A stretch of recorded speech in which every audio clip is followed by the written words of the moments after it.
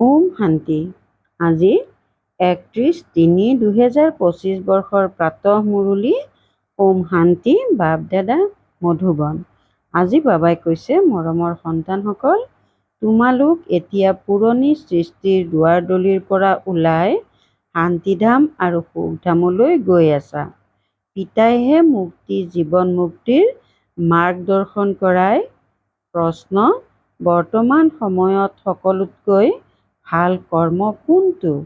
উত্তৰ, সকলোতকৈ ভাল কৰ্ম হৈছে মন, বাণী আৰু কৰ্মৰে অন্ধৰ লাখুটি হোৱা। তোমালোক সন্তানসকলে বিচাৰ সাগৰ মন্থন কৰিব লাগে যে এনেকুৱা কি শব্দ লিখো যাতে মনুষ্যই ঘৰৰ অৰ্থাৎ মুক্তিৰ আৰু জীৱন মুক্তিৰ ৰাস্তা পাই যায়। মনুষ্যই যাতে সহজে বুজি পায় যে ইয়াত শান্তি সুখৰ সৃষ্টিলৈ যোৱাৰ মাৰ্গ দৰ্শন কৰা হয়। ওম শান্তি। যাদুকৰৰ চাকিৰ কথা শুনিছানে? আলাউদ্দিনৰ চাকিৰো গায়ন কৰা হয়। আলাউদ্দিনৰ চাকি বা যাদুকৰৰ চাকিয়ে কি কি দেখুৱায়? বৈকুণ্ঠ, স্বৰ্গ, সুখধাম। চাকিক আলোক বুলি কোৱা হয়। এতিয়াতো অন্ধকাৰ নহয় জানো? এতিয়া আলোকিত কৰিবলৈ সন্তানসকলে এয়া যি প্ৰদৰ্শনী মেলা আদি অনুষ্ঠিত কৰে, ইমান খৰচ কৰে, মগজ খটুৱাই থাকে, সোধে যে বাবা ইয়াৰ নাম কি ৰাখোঁ? ইয়াত মুম্বাইক অৰ্থাৎ এতিয়া মুম্বাই ভাৰতৰ দুৱাৰমুখ বুলি কয়। পানী জাহাজ প্ৰথমে বোম্বাইলৈহে আহিছিল। দিল্লীতো ভাৰতৰ দুৱাৰমুখ আছে। এতিয়া আমাৰ এয়া হৈছে মুক্তি জীৱন মুক্তিৰ দুৱাৰমুখ। দুখন দ্বাৰ আছে নহয়? দ্বাৰ সদায় দুখন থাকে, ভিতৰলৈ যোৱাৰ আৰু বাহিৰলৈ অহাৰ। এখনেৰে অহা, আনখনেৰে যোৱা।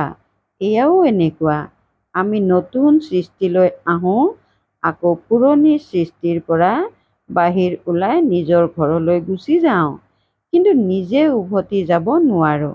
কিয়নো ঘৰক পাহৰি গৈছোঁ। মাৰ্গদৰ্শক লাগে। সেয়াও আমি পাইছোঁ, যিয়ে ৰাস্তা দেখুৱাই দিয়ে। সন্তানসকলে জানে বাবাই আমাক মুক্তি জীৱন মুক্তি, শান্তি আৰু সুখৰ মাৰ্গ দৰ্শন কৰায়। গতিকে শান্তিধাম সুখধামৰ দুৱাৰমুখ বুলি লিখা হওক। বিচাৰ সাগৰ মন্থন কৰিব লাগে নহয়। বহুত খেল চলে। মুক্তি জীৱন মুক্তি বুলি কাক কোৱা হয়, সেয়াও কোনেও গম নাপায়। শান্তি আৰু সুখটো সকলোৱে বিচাৰে। শান্তিও হওক আৰু ধন সম্পত্তিও থাকক। সেয়াতো সত্যযুগতহে হয়। গতিকে নাম লিখি দিয়া শান্তিধাম সুখধামৰ দুৱাৰমুখ অথবা পবিত্ৰতা, শান্তি আৰু সমৃদ্ধিৰ দুৱাৰমুখ। এইবিলাকতো ভাল শব্দ, তিনিওটাই ইয়াত নাই। গতিকে ইয়াৰ ওপৰত আকৌ বুজাবলগীয়াও হয়। নতুন সৃষ্টিত এই সকলোবোৰ আছিল। নতুন সৃষ্টি স্থাপনা কৰোঁতাজন হ'ল পতিত পাৱন ঈশ্বৰ পিতা। গতিকে নিশ্চয় আমি এই পুৰণি সৃষ্টিৰ পৰা ওলাই ঘৰলৈ যাব লাগে। তেন্তে এয়া পবিত্ৰতা, শান্তি আৰু সমৃদ্ধিৰ দুৱাৰ নহ'ল জানো? বাবাৰ এই নামবোৰ ভাল লাগে। এতিয়া বাস্তৱত ইয়াৰ উদ্ঘাটনটো শিৱ বাবাই কৰে। কিন্তু আমাৰ অৰ্থাৎ ব্ৰাহ্মণৰ দ্বাৰা কৰায়। জগতত উদ্বোধনী অনুষ্ঠানটো বহুত হৈ থাকে নহয়। কোনোবাই চিকিৎসালয়ৰ কৰিব, কোনোবাই বিশ্ববিদ্যালয়ৰ কৰিব। এয়াতো এবাৰেই হয় আৰু এই সময়তেই হয়, সেইবাবে বিচাৰ কৰা হয়। সন্তানসকলে লিখিলে ব্ৰহ্মা বাবা আহি উদ্ঘাটন কৰক। বাপ দাদা দুয়োজনকে নিমন্ত্ৰণ জনাম। পিতাই কয়, তুমি অৰ্থাৎ ব্ৰহ্মা বাহিৰলৈ ক'তো যাব নোৱাৰা। উদ্ঘাটন কৰিবলৈ যাম, সেয়া বিবেকে নকয়, নিয়ম নাই। এয়াতো যিকোনো লোকে মুকলি কৰিব পাৰে। বাতৰি কাকততো প্ৰকাশ পাব, প্ৰজাপিতা ব্ৰহ্মা কুমাৰ কুমাৰী। এই নামটিও বৰ ভাল লাগে নহয়নে? প্ৰজাপিতাটো সকলোৰে পিতা হৈ গ'ল, তেওঁ জানো কম? আকৌ পিতাই নিজেই অনুষ্ঠান সম্পন্ন কৰায়। কৰণ কৰোৱান সাৰ হয় নহয়। বুদ্ধিত থাকিব লাগে যে আমি স্বৰ্গ স্থাপনা কৰি আছোঁ, গতিকে কিমান পুৰুষাৰ্থ কৰি শ্ৰীমতত চলিব লাগে। বৰ্তমান সময়ত মন বাণী কৰ্মৰে সকলোতকৈ ভাল কৰ্মটো এটাই আছে, অন্ধৰ লাখুটি হোৱা। গায়নো কৰে, হে প্ৰভু অন্ধৰ লাখুটি, সকলো অন্ধ, গতিকে পিতা আহি লাখুটি হয়। জ্ঞানৰ তৃতীয় নেত্ৰ প্ৰদান কৰে, যাৰ দ্বাৰা তোমালোকে পুৰুষাৰ্থৰ ক্ৰম অনুসাৰী স্বৰ্গলৈ যোৱা। ক্ৰমানুসাৰীতো হয়েই। এইখন বহুত ডাঙৰ বেসদৰ হস্পিতাল তথা বিশ্ববিদ্যালয়। বুজোৱা হয় আত্মাসকলৰ পিতা পৰম পিতা পৰমাত্মা পতিত পাৱন হয়।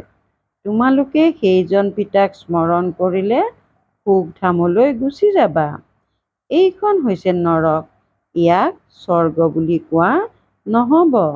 স্বৰ্গত এটা ধৰ্মই থাকে। ভাৰত স্বৰ্গ আছিল, অন্য কোনো ধৰ্ম নাছিল।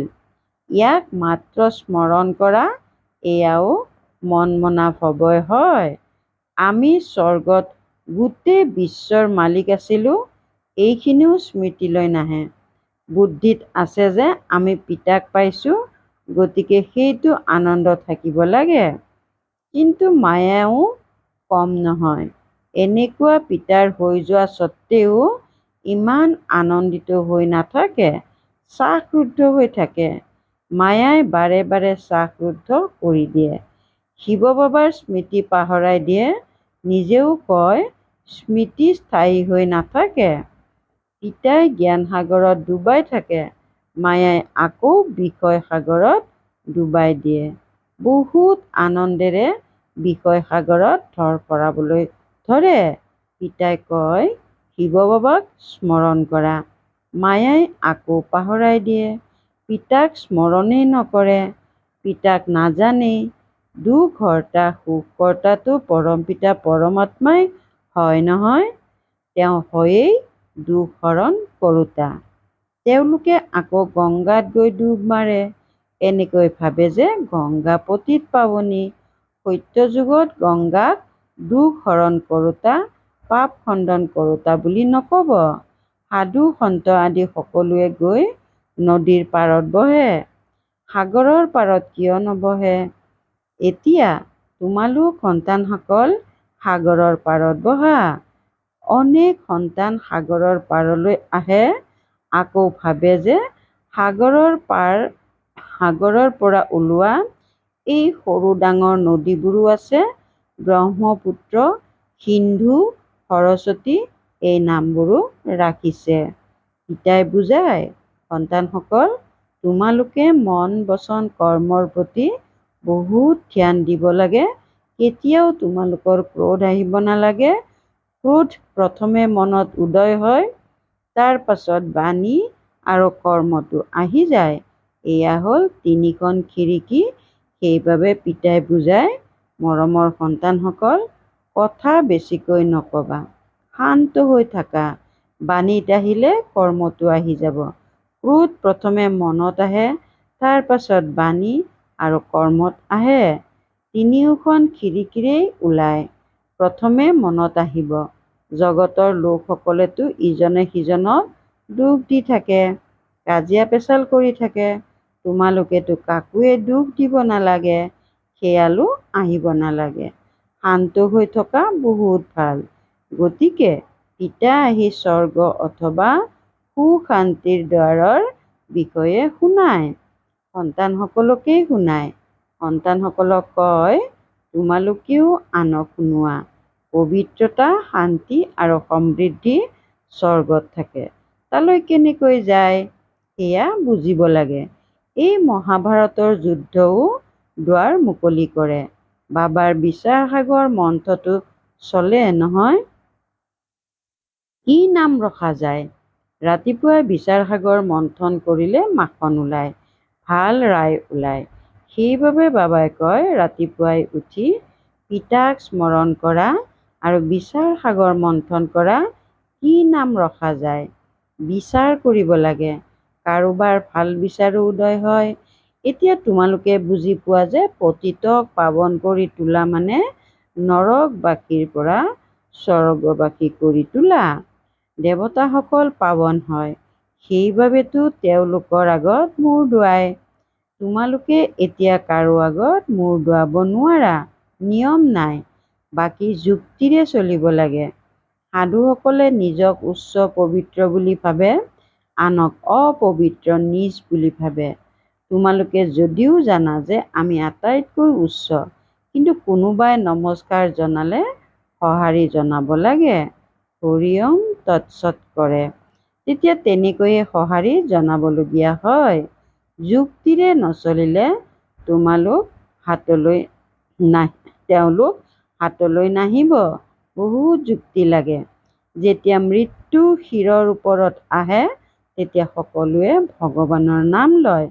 এতিয়া আকস্মিক দুৰ্ঘটনাটো বহুত হৈ থাকিব। লাহে লাহে জুই বিয়পা আৰম্ভ হ'ব। বিলাতৰ পৰা পুনৰ লাহে লাহে গোটেই জগত জ্বলি যাব। অন্তিমত তোমালোক সন্তানসকলেহে থাকি যোৱা। তোমালোক আত্মা পবিত্ৰ হৈ গ'লে তেতিয়া তোমালোকে তাত নতুন সৃষ্টি পোৱা। সৃষ্টিৰ নতুন নোট তোমালোকেই পোৱা। অৰ্থাৎ স্বৰ্গত সকলো বস্তুৱেই নতুন হ'ব আৰু আমিয়েই প্ৰথমে দেখিম। তোমালোকে ৰাজত্ব কৰা। আলাউদ্দিনৰ চাকিও প্ৰসিদ্ধ হয় নহয়। নোট এনেকুৱা কৰিলে, অৰ্থাৎ চাপৰি বজাই দিলেই যেন প্ৰচুৰ সম্পদ পোৱা যায়, হয়ো যথাযথ। তোমালোকে জানা আল্লাহ আউলাউদ্দিন তৎক্ষণাৎ ইংগিতেৰে সাক্ষাৎকাৰ কৰায়। মাত্ৰ তোমালোকে শিৱ বাবাক স্মৰণ কৰা, তেতিয়া সকলো সাক্ষাৎকাৰ হৈ যাব। ঐকান্তিক ভক্তিৰেও সাক্ষাৎকাৰ হয়। ইয়াত তোমালোকৰ লক্ষ্য উদ্দেশ্যৰ সাক্ষাৎকাৰটো হয়েই। আকৌ তোমালোকে বাবাক স্বৰ্গক বহুত স্মৰণ কৰিবা, বাৰে বাৰে চাই থাকিবা। যিসকল বাবাৰ স্মৃতিত আৰু জ্ঞানত মগ্ন হৈ থাকিব, তেওঁলোকে অন্তিমৰ সকলো দৃশ্যাৱলী প্ৰত্যক্ষ কৰিব পাৰিব। বহুত উচ্চ লক্ষ্য। নিজক আত্মা বুলি বুজি পিতাক স্মৰণ কৰোঁতা মাহিৰ ঘৰ, অৰ্থাৎ ইমান উজু নহয়। বহুত যত্ন কৰিবলগীয়া হয়। স্মৰণ কৰাটোৱেই হৈছে মুখ্য।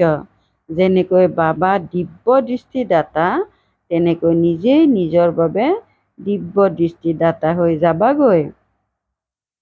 যেনেকৈ ভক্তিমাৰ্গত অতিশয় স্মৰণ কৰিলে সাক্ষাৎকাৰ হৈ যায়, নিজৰ পৰিশ্ৰমেৰে যেন দিব্য দৃষ্টিদাতা হৈ যায়, তোমালোকেও স্মৃতিত থকাৰ যত্ন কৰিলে বহুত আনন্দিত হৈ থাকিবা আৰু সাক্ষাৎকাৰ হৈ থাকিব।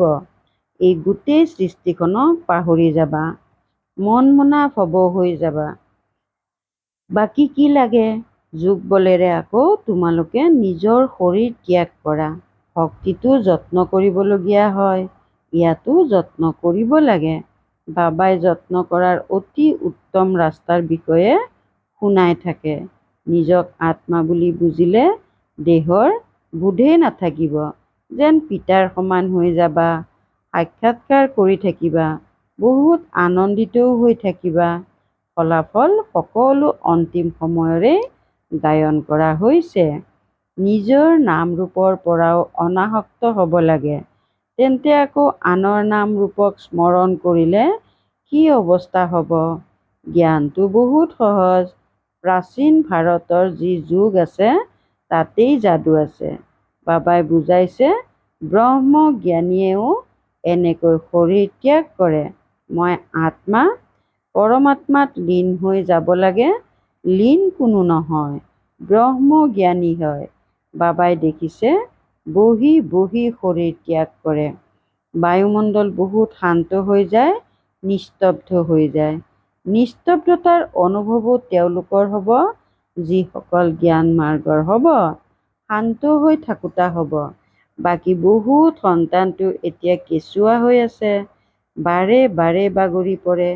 এই ক্ষেত্ৰত বহুত গুপ্তভাৱে যত্ন কৰিবলগীয়া হয়। ভক্তিমাৰ্গত যি যত্ন কৰে সেয়া প্ৰত্যক্ষ হয়। মালা জপ কৰা, কোঠাত বহি ভক্তি কৰা, ইয়াতো তোমালোক চলোতে ফুৰোতে স্মৃতিত থাকা, কোনেও গম নাপায় যে এওঁলোক ৰাজপাট লৈ আছে। যোগৰ দ্বাৰাহে সকলো হিচাপ নিকাচ নিষ্পত্তি কৰিব লাগে। জ্ঞানেৰে জানো নিষ্পত্তি হয়? হিচাপ নিকাচ নিষ্পত্তি হ'ব স্মৃতিৰ দ্বাৰা। কৰ্মভোগ স্মৃতিৰ দ্বাৰা নিষ্পত্তি হ'ব। এয়া হৈছে গুপ্ত। বাবাই সকলোবোৰ গুপ্তভাৱে শিকায়। ভাল বাৰু। অতি মৰমৰ কল্পৰ পাছত পুনৰাই মিলিত হোৱা সন্তানসকলৰ প্ৰতি মাতা পিতা বাপ দাদাৰ স্নেহপূৰ্ণ স্মৰণ আৰু সুপ্ৰভাত।